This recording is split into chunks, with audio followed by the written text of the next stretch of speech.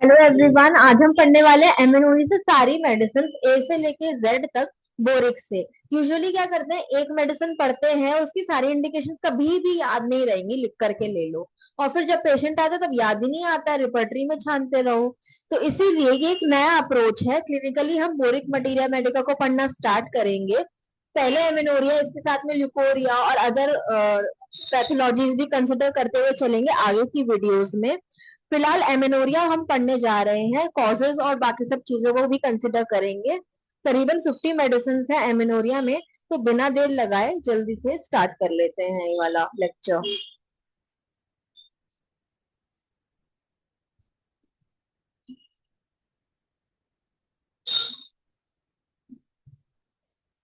तो हम आ गए हैं सबसे पहले अपने नोट्स के ऊपर। यहाँ से आप खुद से अपने नोट्स भी बना सकते हैं। सबसे पहले मेडिसिन आ रही है एलएस रूब्रा।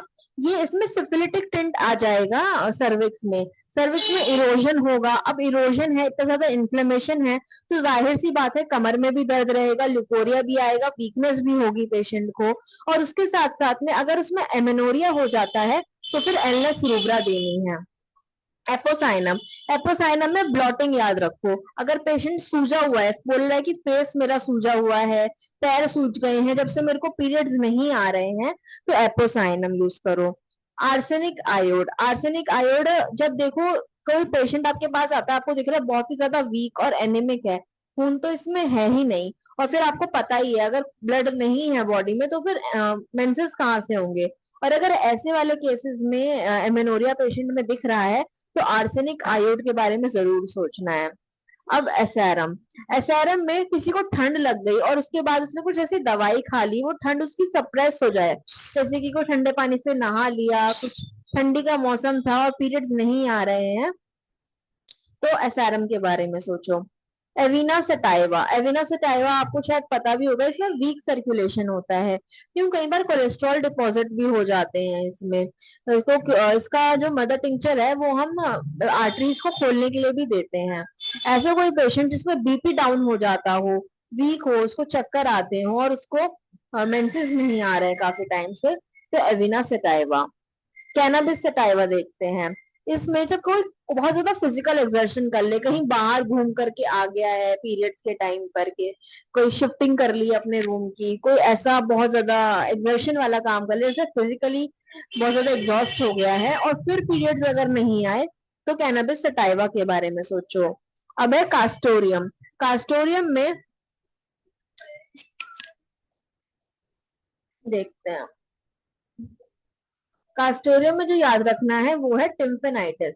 अब टिम्पेनाइटिस क्या है, ये टिम्पेनाइटिस यानी कि पेट बहुत ज्यादा फूल जाता है गैस की वजह से और पेनफुल हो जाता है। जब बहुत ज्यादा पेशेंट आए बोले पेट तना हुआ है, बहुत ज्यादा गैस बन रही है, कुछ खाने पीने का मन नहीं कर रहा है, पीरियड्स अभी नहीं आ रहे हैं, तो कास्टोरियम दो पेशेंट को। सिविसिव होगा, ये तो बहुत ही कॉमन मेडिसिन है। इसमें एक चीज आप नोटिस करो, एमिनोरिया यूज मैक्रोटेन प्रेफरेबली।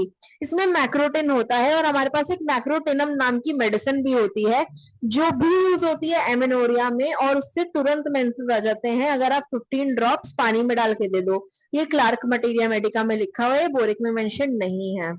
तो सिमिसिफ्लू का में याद रखना है, कोई पेशेंट आए और बोले कि रोमैटिक पेन्स हो रहे हैं, पैर में दर्द हो रहा है, थाइज में दर्द हो रहा है, कमर में दर्द हो रहा है और पीरियड्स भी नहीं आ रहे साथ में, तो सिमिसिफ्लू का।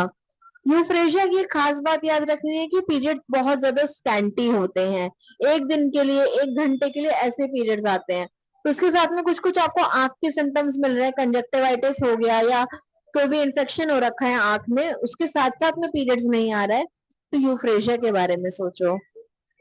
अशोका, अशोका तो एक बहुत ही अच्छी मेडिसिन है इरेगुलर मेंसेस के लिए, और एमेनोरिया में भी दी जाती है। इसमें क्या होगा, ओवरीज में दर्द होगा फ्लो स्टार्ट होने से पहले।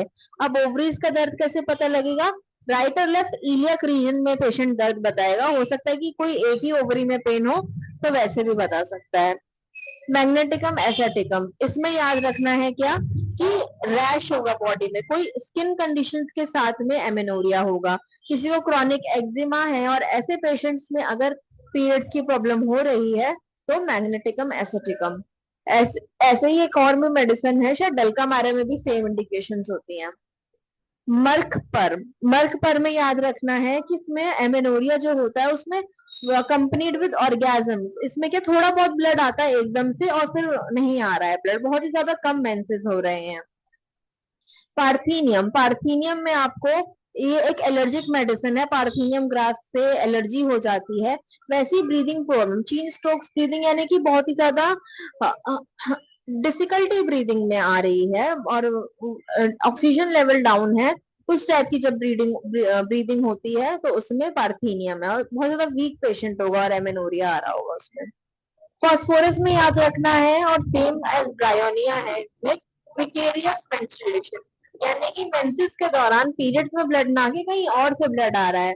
वो पाइल्स के रूप में भी हो सकता है, नोज ब्लीडिंग के रूप में भी हो सकता है, गम ब्लीडिंग में रूप में भी हो सकता है, कहीं से भी ब्लड आ रहा है लेकिन पीरियड्स में नहीं आ रहा है, तो फॉस्फोरस दे दो। पाइनस, पाइनस जो है, किसी को कब्ज है, बार बार अबॉर्शन की टेंडेंसी हो रही है और एमेनोरिया है, तो पाइनस। पॉलीगोनम, पॉलीगोनम भी बहुत ही कॉमन और बहुत ही ज्यादा यूजफुल रेमेडी है। इसमें एमेनोरिया इन यंग गर्ल्स, को यंग गर्ल्स आती है, कोई कॉज ही नहीं मिलता है कि क्यों एमेनोरिया हो रहा है, ऐसे केसेस में पॉलीगोनम, उसमें हिस्ट्री चेक करना, हिमरॉइड्स, कॉन्स्टिपेशन, इस तरह की भी, पैरों में वेराइसिस, इस तरह की हिस्ट्री मिलेगी पॉलीगोनम के पेशेंट में। ऐसे ही सेम जो यंग गर्ल्स में हो रहा है without any cause, functional amenorrhea हो रहा है, उसमें सेनेशियो भी बहुत अच्छी मेडिसिन है, इसको मदर टिंचर में यूज करो या 30 पोटेंसी में भी बहुत ही अच्छे रिजल्ट देती है, जब कोई कॉज नहीं मिल पा रहा है, यंग गर्ल्स में एमेनोरिया हो रहा है, जो कि बहुत ही कॉमन केस है। पल्सेटिला तो हम लोग सब लोग जानते हैं, लेफ्ट एंड राइट प्रिस्क्राइब करते हैं एमेनोरिया के लिए। कोई भी चेंजेबिलिटी होती है, बहुत ही सेंसिटिव पेशेंट है, अब कॉन्स्टिट्यूशन नहीं समझाऊंगी मैं, कॉन्स्टिट्यूशन तो हम सबको पता ही रहता है।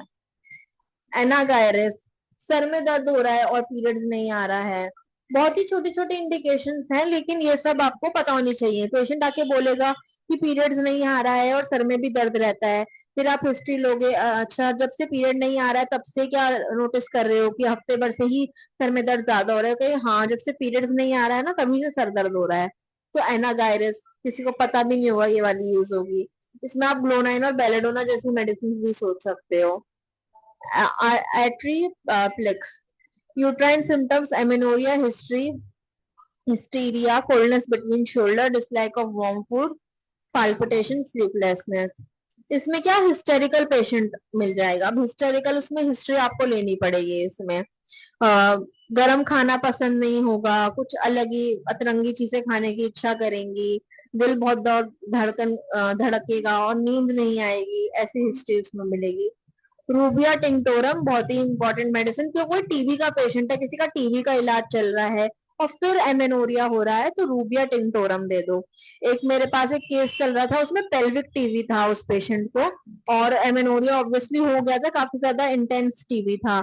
ऐसे केसेस में रूबिया टिंटोरम दो, पेशेंट को पीरियड जरूर आएंगे।